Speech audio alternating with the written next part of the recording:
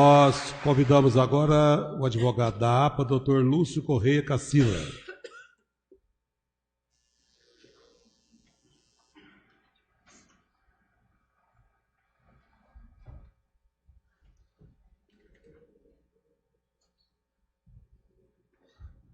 Boa noite. Boa noite. Quase que eu entrei no elevador. Eu queria cumprimentar as autoridades legislativas em nome do presidente, o vereador Antônio Carlos, os demais presentes em nome da presidente da associação, dona Vera. E meu nome é Lúcio Cassila, sou advogado da CRC Sociedade de Advogados, o escritório contratado pela associação para cuidar das causas que a associação entende, da Associação dos Animais, né, de proteção aos animais, que entendem pertinente a discussão. O vereador Bonafé falou que a ideia do projeto é uma consolidação das leis. Realmente, eu fui pego de última hora, faz uns 3 dias só que eu li a norma e tentei me atentar aos artigos específicos em relação ao transporte por tração animal. Mas aí hoje eu vi que é uma consolidação mesmo. Eu falei, mas está faltando isso, está faltando aquilo. E lá tem uma série de artigos revogados.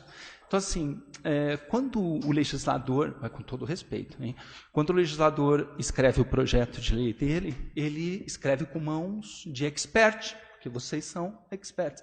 Mas antes tem que ler com olhos de leigo. Porque numa consolidação a gente, legislador, acaba comendo bola, porque são muitos anos de produção legislativa.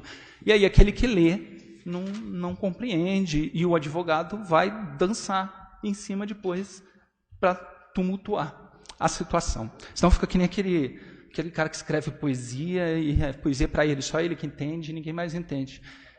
Aliás, de poesia eu entendo pouco, estou convidando a todos aqui para o lançamento do meu livro no sábado na OAB. E eu vou subir lá na OAB, não vou subir de charrete, doutor Alexandre, que é muito alto, e daí judiação com o cavalo, apesar de esses dias eu estar rodando no bairro do Quisizano, um dos bairros mais altos da cidade, e terem 6 charretes estacionadas lá. A não ser que elas foram teletransportadas, um cavalo levou as charretes.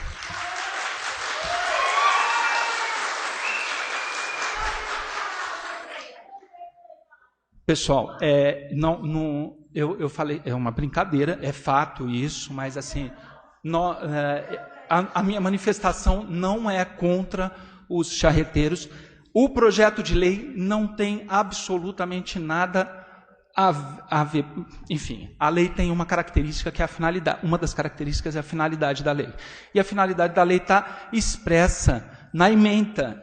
E a ementa dessa lei dispõe sobre a implantação de plano municipal de proteção, defesa e controle das populações de animais no âmbito do município de Poços de Caldas. Questões de turismo, questões sociais dos charreteiros, questões culturais não são discutidas. Existe eles aqui dentro para que não se gere um novo problema, como disse, apaga a vela de um santo para acender a vela do outro. Mas não é essa a ideia. A gente não quer a morte dos charreteiros, a gente não quer que acabe o serviço, mas a gente precisa aqui discutir a eficaz proteção dos animais. Então, eu fiz uma série de apreciações técnicas jurídicas em alguns artigos, e eu vou deixar, pelo apertado do tempo, me disponibilizo, porque eu acho até que a minha exposição aqui seria um diálogo, para a gente sentar, caso seja do interesse de Vossas Excelências.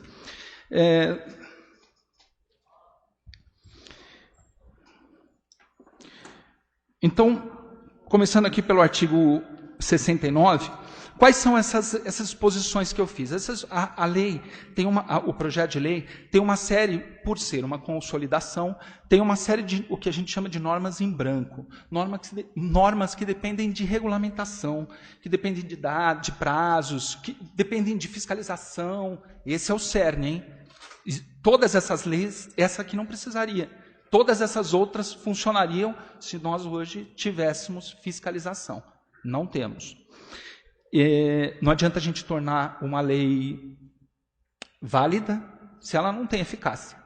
validade, não é eficácia.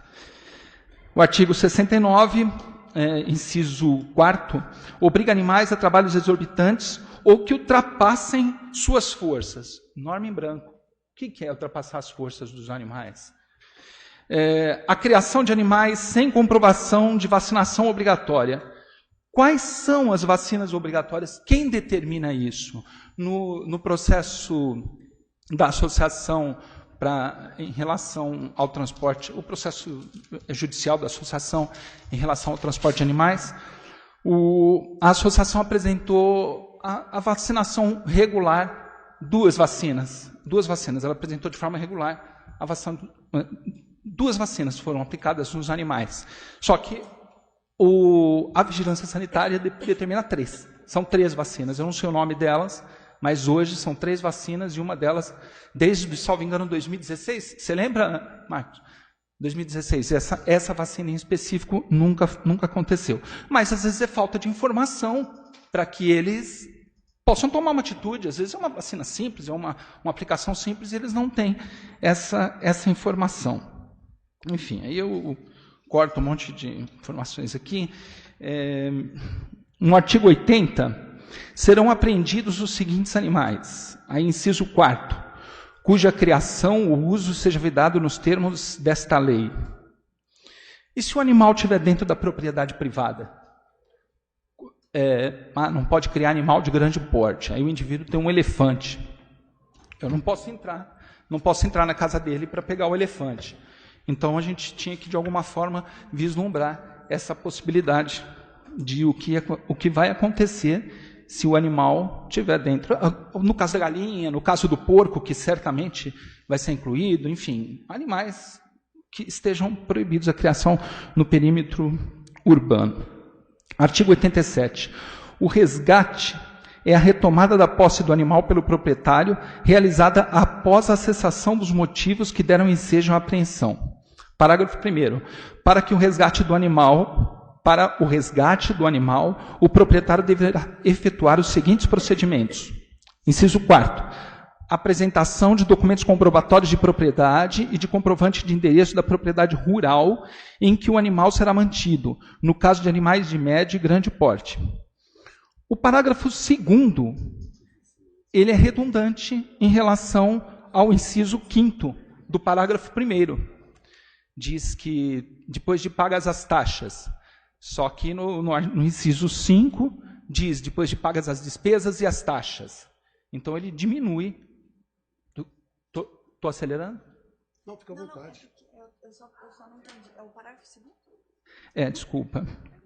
É o parágrafo 2º do artigo 87. Ele é igual, ele diminui o que está sendo dito no parágrafo 1º, inciso 5º.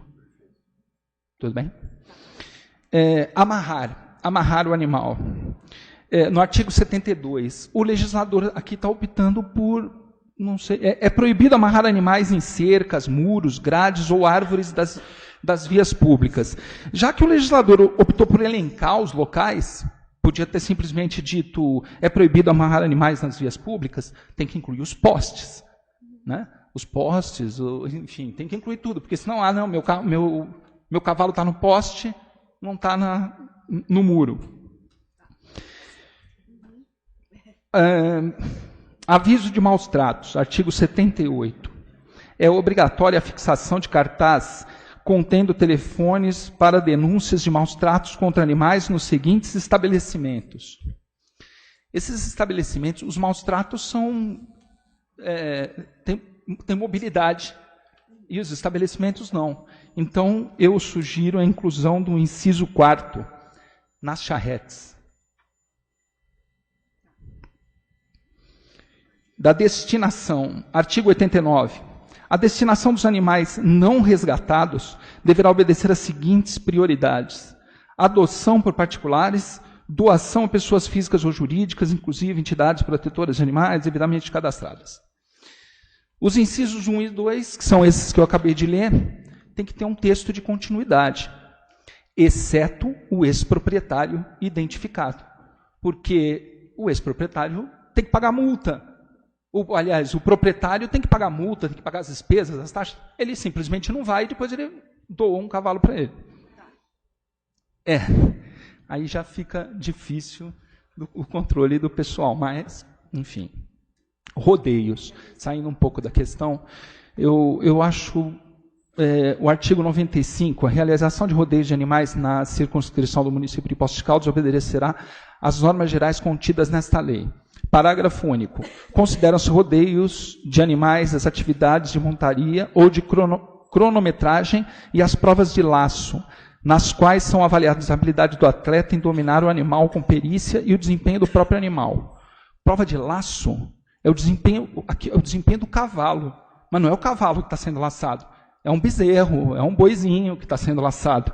Aí a dúvida, o espanto fica assim. Então, tem uma malabarista montada num cavalo branco, lindo, musculoso, bem tratado dentro do circo, ou tem um monte de cachorrinho bonitinho fazendo peripécias, muito bem tratados dentro do circo, não pode. Agora, laçar, derrubar, um cachorro correndo atrás, assustando, é assim que funciona o jogo de laço no rodeio. Isso pode. Eu acho que é um dissenso, mas eu não sei qual que é a política nacional em relação ao rodeio. Eu sei que tem uma política... Essa lei é a lei federal. Enfim, não sei, eu acredito que seja talvez seja uma disciplina concorrente que o município de Poços de Caldas pode ser está na vanguarda aí, sei lá, certo? Tudo bem? Artigo 103. Compete ao Departamento Municipal de Trânsito e Transporte, DEMUTRAN, emitir a documentação referente ao registro, licenciamento e emplacamento dos veículos de tração animal na forma dos modos estabelecidos em regulamento. Qual que é o regulamento? Quando sai o regulamento? Enquanto não tiver o regulamento. Eu posso só esclarecer? Claro. Você só me perdoa de eu esclarecer? Não, agora? eu vou ficar contente. Eu gostaria que porque fosse... senão nós estamos anotando tudo aqui, até porque é importante a gente deixar claro que isso aqui é uma prévia para a gente. Isso é um anteprojeto de lei. Quando a gente fala em regulamento, ela vai para o executivo que já publica o regulamento. Mas nós precisamos, e eu estou entendendo, e eu acho que é muito importante essa audiência, que a gente possa fazer algumas modificações. Eu gostei muito das participações, e é importante isso mesmo que nós fizemos. Esse trabalho é justamente esse, ouvir a população e saber o que a gente pode fazer. Agora, como é um anteprojeto de lei, o regulamento vem do executivo, o executivo que faz o regulamento das normas de processo licitatório, né, de divulgação, de como que vai ser feito, e aí compete ao executivo, por isso que a gente não colocou. Mas eu acredito que seja de extrema importância essas pontuações. Posso só complementar? Então, assim, o regulamento ele viria depois da transformação desse anteprojeto em projeto de lei, voltando para o executivo, e transformação de política pública. Então, ainda tem um caminho. Exatamente. E aí o regulamento vinha exatamente para delimitar melhor o que ainda está amplo na legislação. Eu sei que o regulamento é uma forma legislativa do executivo, mas nós não podemos ficar reféns. Sim. A lei tem que ter eficácia, não só vigência. A gente não pode gerar um trabalho, a população reunida, uma comissão super interessada, e a gente gerar possibilidades. Eu não sei como os senhores vão fazer, mas a gente não pode abrir espaço para ficar dependendo de terceiros, senão tudo que a gente fez foi em vão. Vamos depender de interesses diversos. Porque, na realidade, é só para esclarecer, esse daqui não é um projeto de lei, isso daqui não vai ser votado pela Câmara. Isso é um anteprojeto de lei que vai ser encaminhado ao Executivo, e aí a gente pede a contribuição da população para que a gente cobre do Executivo para ele que devolva. Tá. Né? Porque senão eles vão achar que a gente vai votar já. Né? Acho que é só para... É uma questão de ordem aí levantada pelo vereador Paulo Tadeu. É só uma questão importante, que é o seguinte. Existem iniciativas de legislação que são privativas ou exclusivas do Executivo. Essa é uma delas. Então, como é que a Câmara trabalha com essas iniciativas privativas, ou de iniciativa privativa exclusiva do Executivo? Ela faz o que nós chamamos de anteprojeto. Então, esse anteprojeto ele é enviado ao Executivo. o Executivo manda para cá na forma de mensagem, um projeto de lei, mensagem encaminhando um projeto de lei. Esse projeto de lei vai ser discutido aqui. Depois nós vamos ter um ato normativo de hierarquia inferior à lei, feito pelo Executivo, que é exatamente um regulamento, que pode ser, nesse caso, necessariamente por decreto. Então, realmente, a tramitação legislativa abre esse espaço entre a vigência da lei e a vigência do decreto legislativo, mas isso é inevitável, não há forma de contornar isso. Artigo 103, capacidade. Em relação à capacidade de carga do veículo, precisava, como o colega Alexandre falou, precisava de alguém especializado para saber se essa carga, porque assim, diversas legislações de outros municípios indicam carga de 150 quilos. O código de postura nosso, anterior, revogado, último, indica 150 quilos, mas eu não sei qual... isso determinado que quem estipula, quem vai determinar isso é um profissional do Demutran, da capacidade do veículo. Assim como no artigo 117C, qual profissional do Demutran vai dizer o bem-estar do animal? Aí não sei se é o Demutran, acho que é como a colega, ou o colega, acho que a colega disse, tem que ser o pessoal de zoonoses, né? Tem que ser o pessoal que entende disso, ado a ado. Licitação. Artigo 104. Condução, exploração e trânsito de charretes de aluguel pelas ruas e logradouros públicos do município deve ser precedida de processo licitatório com o edital amplamente divulgado. Gente, qual o interesse público nisso? Por que isso é um serviço público? O que a gente está licitando? O direito das pessoas alugarem o serviço de charrete? Isso é um serviço público que dependa de licitação? Ou é o uso do espaço? A gente precisava ver aqui... Assim, eu não consegui achar um interesse público para se gerar uma licitação para que as pessoas explorem a locação. Espero que os senhores tenham encontrado aí um interesse público. O indivíduo interessado no serviço de transportes deve conseguir as licenças necessárias e só ele tem autorização para conduzir a charrete, a licença do cavalo e da charrete, e aí ele pode concorrer no processo de licitação. Qual o prazo do serviço licitado? Tudo bem, vocês estão falando que o edital, mas aí fica uma norma muito aberta, muito aberta. O executivo é que vai decidir por conta dele se isso dura para sempre, senão a gente pode gerar uma outra forma de transporte que a gente tem dificuldade. Desculpa, presidente. Isso está na Lei 8666, isso é uma lei federal. Não precisa estar na lei municipal. Não, eu então, entendo, esse prazo ele já está na lei federal, na Lei 8666, que é a lei de licitações. Tá, é que mais para frente eu vou falar uma questão que está gerando um impasse com essas questões de data. Qual o prazo do serviço de Estado? Parágrafo 3º do artigo 104. Os casos de afastamento por prazo superior a 15 dias serão analisados pela Secretaria Municipal de Defesa Social, ouvida a comissão consultiva. Salvo engano, essa comissão consultiva é determinada numa lei que será revogada de 1983, 87. Nunca houve essa comissão. Nunca. Não existe essa comissão. E se vai ser revogada a lei, tirou os critérios. Lá tem critérios, naquela lei tem critérios de como é formada essa comissão. Aí, aqui está tirando esses critérios e está citando a comissão.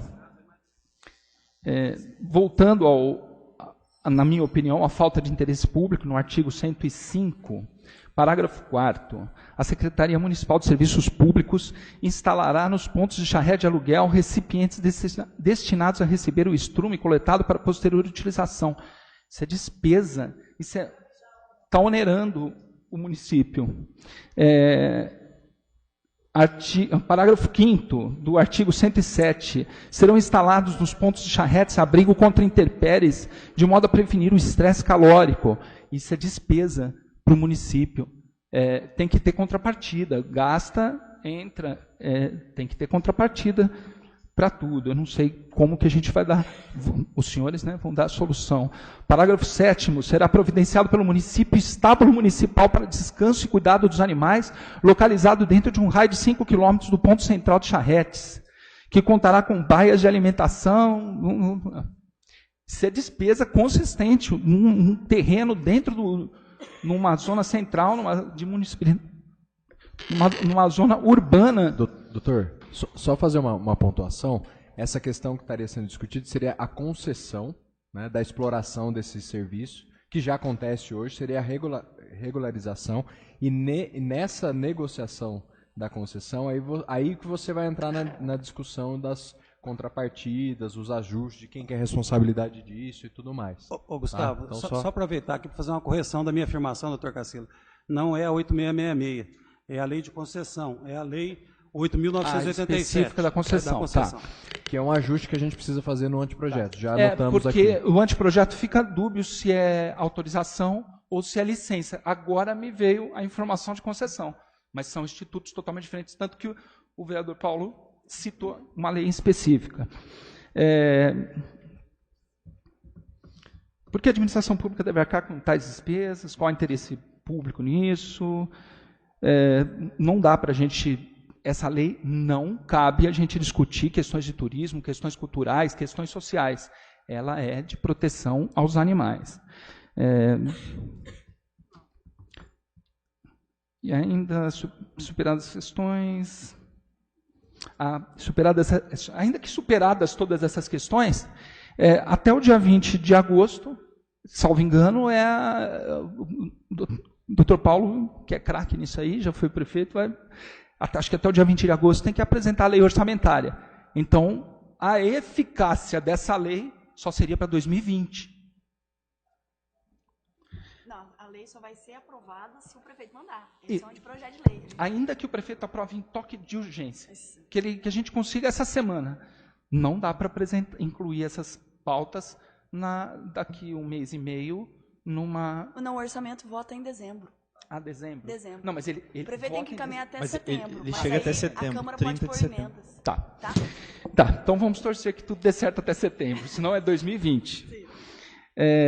Dos órgãos responsáveis pelas inscrições. Eu fiquei bem confuso aqui. O artigo 106 indica 3 órgãos: Demutran, Secretaria de Turismo e Associação dos Condutores.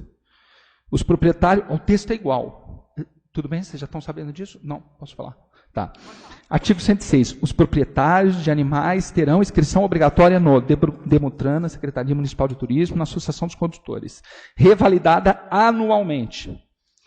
O artigo 108, além dos 3 elencados, inclui a vigilância e zoonose. Artigo 108, mesmo texto. Os proprietários de animais terão inscrição obrigatória no Departamento Municipal de Trânsito, Demutran, na Secretaria Municipal de Turismo, na Vigilância de Zoonoses e na Associação dos Condutores. Bom, na minha humilde opinião, claro que o artigo 108 deve prevalecer, só que a gente precisa acrescentar um outro órgão, porque assim está exigindo a lei no artigo 107, parágrafo 2º. O atestado de saúde a que se refere o caput deste artigo deve ser encaminhado à Secretaria Municipal de Saúde para fins de controle e avaliação da vigilância epidemiológica. Ou seja, precisa ter essa inscrição também na Secretaria de Saúde. Como ficaria o artigo, então? Doutor, eu queria, por gentileza, pedir para o senhor concluir, porque nós já estamos assim com o seu Perdão. tempo já mais já, do que esgotado, eu por entendo. gentileza. Das paradas da transferência, eu tenho uma dificuldade aqui nessas transferências aqui, porque as pessoas estão confundindo, a gente está confundindo um pouco alguns institutos, assim, a gente está confundindo licença, autorização e o objeto da licitação. A obtenção da licença será condicionada. No artigo 116, ele fala umas formas de transferência, né? Então, essa confusão é assim. A autorização, é o documento pessoal do condutor que lhe autoriza a conduzir o veículo de tração animal, que tem validade de 5 anos. A licença é o documento que o proprietário da charrete e do cavalo tem para usar a charrete ou o cavalo como transporte, validade de 1 ano. E o objeto da licitação é direito perseguido pelo condutor e proprietário do animal e da charrete a alugar os serviços de transporte, que tem a validade do edital. Só que aí o que acontece? No artigo 116, tem um parágrafo aqui, que ele diz aqui, no caso de falecimento, ele fala da transferência. Ele diz que a transferência, no caso de falecimento, em caso de transferência, alienação de charretes, preposto de preferência. Alienação das charretes, não está vendo? No caso de falecimento do proprietário de charrete, então a falta será dado direito à família do falecido indicar terceiro para conduzir mediante aprovação da associação, enquanto durar o tempo do edital. Isso aí foi uma... Na verdade, depois eu compartilho o texto correto. Quando foi a primeira versão do arquivo para o site, essa parte ela veio desalinhada com o que a gente tinha definido. Então, as licenças obtidas pelos proprietários das charretes não poderão ser transferidas, exceto nos casos de incapacidade ou invalidez permanente, debilidade mental ou doença contagiosa do charretista, devidamente comprovados por médico habilitado pelo tempo determinado no edital. Então, não dá. A gente não sabe qual é o tempo determinado. Não, sim, aí esses pormenores a gente está anotando para corrigir. Mas a questão, por exemplo, de outros tipos de transferência, se não por esse caso... Tá. Não, está determinado no edital. Não. A gente não pode transferir o serviço público. O indivíduo participa de um certame e ganha, ele não pode sair negociando. O que ele pode negociar é a licença dele. A licença de validade de 1 ano ele pode negociar. Mas eu não posso falar que a licença é de acordo com o prazo do edital, porque eu não sei qual é o prazo. O prazo do edital pode ser de 3, 10, 15 anos. Não tem importância. É porque nós não Isso não precisa constar na lei. Oi? Isso não precisa constar na lei. Eu só não posso dizer que eu posso transferir a licença no prazo de duração do edital. Se você porque a licença pode tem durar prazos estabelecidos pela lei de concessão, uma lei federal. Entendeu? Não precisa. O edital vai dizer qual que é o prazo. 12 meses renováveis por mais 4 vezes, até o máximo de 60 meses. Normalmente é isso que se faz. Entendeu? O edital vai dizer. O que nós deixamos claro aqui é que não pode mais transferir. Só nesses casos. Entendi. Não, tudo bem. Aí conforme o edital, porque regulamenta pela prefeitura. Bom, eu acredito que seja isso. No caso, teve um artigo aí que eu retirei a inscrição dos charreteiros, porque a gente não pode exigir, proibição constitucional, a gente não pode exigir que o charreteiro fique associado. Então, eu não posso gerar uma obrigatoriedade de uma inscrição, né, na Associação dos Charreteiros. Tá bom? Obrigado. Obrigado pela atenção aí. Nós convidamos agora